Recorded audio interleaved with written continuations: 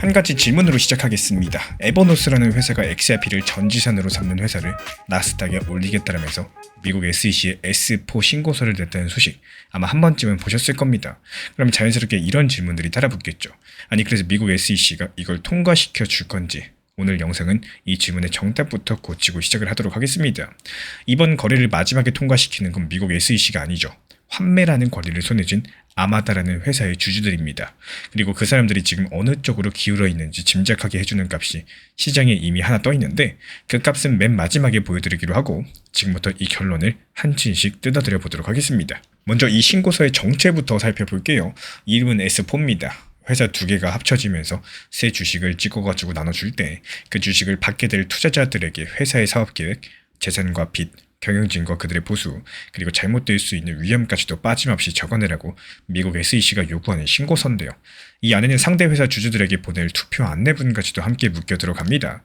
그러니까 이 문서는 광고지가 아니라 이 불리한 내용들까지도 의무적으로 적어야 되는 문서라는 게 핵심이고, 그럼 이 문서가 지금 어디까지 왔는지 그 이력을 순서대로 놓아보도록 하겠습니다. 최근에 영상을 통해 가지고 리플 XRP 중요 타점들 그리고 속보 내용들 전달을 드리고 있다 보니까요. 촬영 시간, 편집 시간들 때문에 아무리 빠르게 전달드리고자 하더라도 어쩔 수 없이 조금은 시간이 걸리는 경우가 있습니다. 그래서 리플 전용 정보방 커뮤니티에서는 조금 더 발빠르게 속보 전달드리고 그리고 여기에 맞는 정확한 리플 중요 타점들 빠르게 전달 도움 드리고 있기 때문에 댓글창 하단 링크 또는 현재 보이시는 번호로 문자 신청 남겨주시면 입장 안내 도움 드리도록 하겠습니다. 작년 10월이었죠. 에버노스는 이미 증시에 올라있는 스펙, 그러니까 사업 없이 이름만 올라있는 회사 아마다 애퀴지션 2호랑 합쳐가지고 상장한다는 계약을 맺었습니다.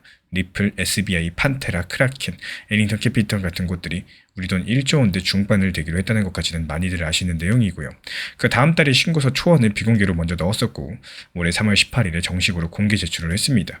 이 회사 스스로 밝힌 것처럼 사업계획과 재무랑 그리고 경영진과 위험이 통째로 세상에 처음 공개된 날이 바로 이날입니다. 그리고 여기서부터가 오늘 이야기의 몸통이 되는데요. 이 신고서는 그 뒤로 5달 동안 6번 고쳐 써졌습니다. 올해 4월 7일 첫 번째 수정본이 나왔고요. 가장 최근 것이 지난주 13일에 나온 6번째 수정본입니다. 지난주에 저희 채널에서 다뤘던 소식들, 코인 값에 맞춰가지고 주식 숫자를 다시 계산하기로 한 그 조건 변경들이요. 바로 이 6번째 판본에 실려가지고 나온 내용이었었죠. 근데 이 6번이라는 숫자 어떻게 들리시나요? 6번이나 고쳤다니 6번 퇴짜를 맞은 거 아니냐 싶으실 텐데 절반만 맞는 이야기입니다. 미국에서 이런 신고서는 내는 걸로 끝나지 않습니다. 미국 SEC의 심사역이 질문과 지적을 적어보내면 회사가 고쳐가지고 다시 내는 주고받기를 몇 차례 거치는 게 절차의 원래 생김새입니다. 최신 크립토뉴스도 지금 미국 SEC 실무진이 이 신고서를 검토하면서 의견을 보내는 단계다라고 전달을 했고요. 그러니까 6번의 수정은 퇴짜의 기록이라기보다는 심사 문답이 실제로 오가고 있다는 흔적에 가깝겠습니다. 이 판본을 새로 낼 때마다 회사는 뭔가를 더 공개해야 됐고요. 덕분에 계약 발표 때는 없었던 정보들이 계속해서 쏟아져 나왔습니다. 몇 가지만 골라드려보자면요. 이사 후보 이름들이 나왔습니다. 에버노스 대표 아시시 벌라, 리플의 법무 총책임자 스튜어트 알드로티가 올라있고, 그리고 눈에 띄는 거는 챗GPT를 만든 오픈 AI 쪽 재단에서 재무를 책임지는 로버트 카이디라는 인물까지도 이사 후보로 이름을 올렸다라고 외신들이 전달을 했다는 점이에요. 이 코인 금고 회사의 신고서에 인공지능 진영의 재무 책임자 이름이 등장을 한 거고요.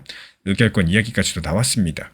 이 공시를 인용한 외신 보도에 따르면은 주주 환매가 몰려가지고 남는 몫의 구성이 바뀌는 경우 일본 SBI가 주게 되는 의결권이 최대 59.7%까지 갈 수 있다는 계산이 담겨 있고요. 임원들의 연봉과 보너스, 주식 보상이 어떤 조건에 묶이는지도 판본을 거듭하면서 차곡차곡 공개가 됐습니다. 위험도도 마찬가지예요. 거래가 무산될 위험, 규제가 바뀔 위험, XRP 가격이 흔들릴 위험들, 그리고 환매가 몰릴 위험까지도 문서에 하나하나 적혀 있고요. 광고라면 굳이 실었지 않았을 내용들이죠. 근데 방금부터 환매라는 단어가 자꾸 나옵니다. 이제 도입에서 드린 결론, 마지막 심사위원이 미국 SEC가 아니라는 말들을 해부해볼 차례인데요. 이 층이 두 가지입니다. 한 개는 미국 SEC의 역할의 실제 모양입니다. 이 문답이 끝나면은 SEC는 효력 발생이라는 것들을 선언을 하는데 오해하기 쉬워요. 이건 SEC가 이 사업이 괜찮다고 보증한다는 뜻이 아닙니다. 투자자에게 알릴 것을 충분히 알렸으니 이 신고서로 안내를 시작해도 된다는 확인일 뿐이겠죠. 사업의 좋고 나쁨을 매기는 절차가 아니라는 거예요. 그러면 좋고 나쁨은 누가 매기느냐? 여기서 환매가 등장합니다. 이 스펙은 공모로 모은 돈을 합병 전까지 손대지 못하게 별도 계좌에 묶어둡니다. 이걸 신탁금이라고 하는데, 그리고 스펙 주주에게는 권리가 하나 있어요. 합병안이 마음에 안 들면은 표결 즈음에 주식을 반납을 하고 이 신탁금에서 자기 몫을 현금으로 돌려받을 수가 있습니다. 이게 바로 환매고요.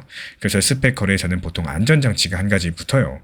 환매가 너무 몰려가지고 회사에 실제로 남는 현금이 정해둔 선 아래로 떨어진다. 거래를 물을 수 있게 한 조항. 최소 현금 조건입니다. 이 거래에서도 그 조건이 붙어있는 것으로 전달이 되고 있고요. 아까 SBI 의결권 59.7% 시나리오도 결국 환매가 얼마나 나오느냐 여기에 따라서 달라지는 계산이었습니다. 그러니까 그림이 이렇게 되겠죠. 미국 SEC 문답은 언젠가 끝나는 구간이고요. 효력이 떨어지면 확정된 투표 안내문이 아마다 주주들에게 날아가고요. 임시 주주총회가 열려가지고 합병 찬반을 표결하고요. 그 즈음에 환매 신청 기간이 함께 열립니다. 찬성표를 던지고 남을지 돈을 돌려받고 떠날지 이 거래의 마지막 선택권은 그 사람들 손에 있다는 거고, 이 참고로 외신 계산으로 기준가 기준 스펙 일반 주주 몫이 3,200억 원 안팎이기 때문에 1조 원대 중반짜리 거래 전체에서 보면 일부분이고 큰 돈의 대부분은 이미 약정을 마친 기관들에서 나옵니다. 그래서 환매가 거래 자체를 뒤엎을 가능성은 구조적으로 크지 않겠지만요. 뒤엎을 권리가 어디에 있는지는 분명하다는 뜻이겠고, 회사가 밝혀왔던 목표 시간표는 3분기 말에서 4분기 초 사이고요. 그럼 이제 도입에서 말씀드린 값 하나를 보여드릴 차례입니다. 이 마지막 심사위원들이 어느 쪽으로 기울어 있는지 짐작하게 하는 값인데요. 아마다의 주식입니다. 외신 코인게이프에 따르면 이 주식은 6번째 수정 소식이 나온 지난주 13일 언저리 이 장 시작 전 거래에서 연중 최고가를 새로 썼습니다. 같은 기간 XRP는 어땠느냐? 이달 들어가지고 밀려서 이번 주 화요일 거의 2년 만에 최저가까지도 내려갔습니다. 이 담겠다는 코인은 몇 년 만에 최저가를 쓰는데 담는 그릇인 주식은 연중 최고가를 쓴 겁니다. 다만 이 기록들이 부풀리지 않고 읽어보겠습니다. 이 스펙 주식은 구조상 잘 무너지지 않습니다. 방금 보신 신탁금 덕분에 주주가 언제든 환매로 제 몫을 돌려받을 수 있으니까요. 주가가 그 환금목 아래로 내려갈 이유가 별로 없어요. 그래서 이 연중 최고가는 폭등의 기록이 아니에요. 정확히 읽자면 이렇게 됩니다. 코인이 5달 내내 미끄러지는 동안에도 이 주식에서는 환금목 근처로 주저앉는 흐름들, 그러니까 거래가 깨질 것에 대비해가지고 미리 빠져나가는 흐름이 나타나지 않았고, 오히려 환금의 목 위에 웃돈이 붙은 채로 연중 최고가까지 와 있다는 거. 환매 권리를 쥔 쪽의 돈은 지금까지 찬성표에 가깝게 움직여 왔다는 겁니다. 이 신고서가 합병이 종결되는 시점에 이 회사가 최소 4억 7,300만 개의 XRP를 갖고 출발한다고 추산을 해두고 있습니다. 이번 더블럭 보도에 따르면요. 여기는 리플이 현물로 출연하는 1억 2,700만 개 담짓이 포함되어 있고요. 사주겠다는 약속이 아니라 이미 확보된 개수가 문서에 적혀있는 상태라는 게 요점이고, 그 개수가 시세를 어디로 데려갈지 이 신고서 어디에서도 적혀있지 않습니다. 제가 보는 관점은요. 심사 문답이 마무리 국면으로 가면서 효력 선언이 나오고 또 투표 안내문 발송과 표결을 거쳐가지고 회사가 말해왔던 3분기 말에서 4분기 초 이 범위 안에서 합병 종결 그리고 XRPN 거래 개시까지도 간다. 그 근거는 6번의 수정이 문답의 실제 진행 흔적이라는 점, 지난주 조건 변경의 약정 자본의 대부분이 다시 동의를 하면서 거래 구도가 유지됐다는 점, 그리고 방금 보신 대로 환매 거래를 쥔 쪽에서 미리 빠져나가는 흐름이 관찰되지 않는다는 점입니다. 에버노스의 S4 같은 경우는 어제 오늘 낸 신고서가 아니라 5달 동안 6번 고쳤으면서 심사 문답을 지나는 중인 신고서고, 그 판본들은 이사 후보랑 의결권, 보수랑 위험까지도 쏟아냈습니다. 미국 SEC의 효력 선언은 보증이 아니라 공개 확인이기 때문에 이 거래의 마지막 선택권은 환매를 쥔 아마다 주주들의 표결에 있어요. 그리고 그 주주들의 돈은 코인이 거의 2년 만에 최저가를 쓰는 동안 아직까지 이 거래에서 빠져나가지 않았습니다. 그럼 질문 하나 남길게요. 우리 구독자분들께서 아마다 주주라면 어느 쪽이신가요? 표결에서 찬성하고 XRPN 주주로 남으시겠습니까? 아니면 환매로 돈을 돌려받고 떠나시겠습니까? 댓글로 여러가지 의견들을 들려주시고, 저는 미국 SEC가 이 신고서의 효력을 선언하는 날, 그 확정본에 박혀나올 주주총회 날짜를 들고 다시 오겠습니다. 리플 XRP 투자에 있어서 이제는 투트랙 전략이 반드시 필요해지고 있습니다. 무턱대고 몰빵하거나 반대로 또 손 놓고 기다리는 시대는 끝났어요. 첫 번째 트랙은 매달 분할 매수하시면서 시장이 빠지든 말든 일정 비중으로서 리플을 꾸준히 모아 나가시는 겁니다. 이거는 시간과 리스크를 분산할 수 있는 가장 효율적인 전략인 거고, 그리고 두 번째 트랙은 남은 현금 비중으로 알트코인 단타로서 굴려나갑니다. 수익이 나면은 그거를 다시 리플에 재투자하시면 되는 거고, 이게 바로 수익을 만드는 순환 매수 전략이 되실 거예요. 그런데 여기서 중요한 거는 단타 하실 때 조심하셔야 되는 거예요. 단타 매매 중독되면 끝장입니다. 이 매매 중독을 절대 조심하셔야 되는 거고, 예를 들어 가지고 시장이 과열인데도 지금 아니면 기회가 없다, 이런 조급한 생각에 RSI 지표가 이미 고점인데도 불안해서 또 들어가고 결국에 수익은커녕 손실만 쌓이게 되실 겁니다. 그래서 저희 채널 차원에서는 한 가지 원칙이 있습니다. 확률이 높은 날만 진입을 하세요. 그리고 시장 전체가 과매도 구간일 때, 비트코인 기준 RSI가 바닥을 찍을 때, 그때 알트코인 중에서 최근 거래량이 급등한 종목이 과매도의 경우 MACD, 볼린저 밴드, 이동평균선과 일목균형표 참고해서 신중하게 매수 진입 타점 들어갑니다. 그리고 그 외에는 아예 매매를 쉬는 날도 반드시 있어야지 진짜 단타인 거고, 그렇다면 이걸 어떻게 구별할 수 있는지 궁금하실 거예요.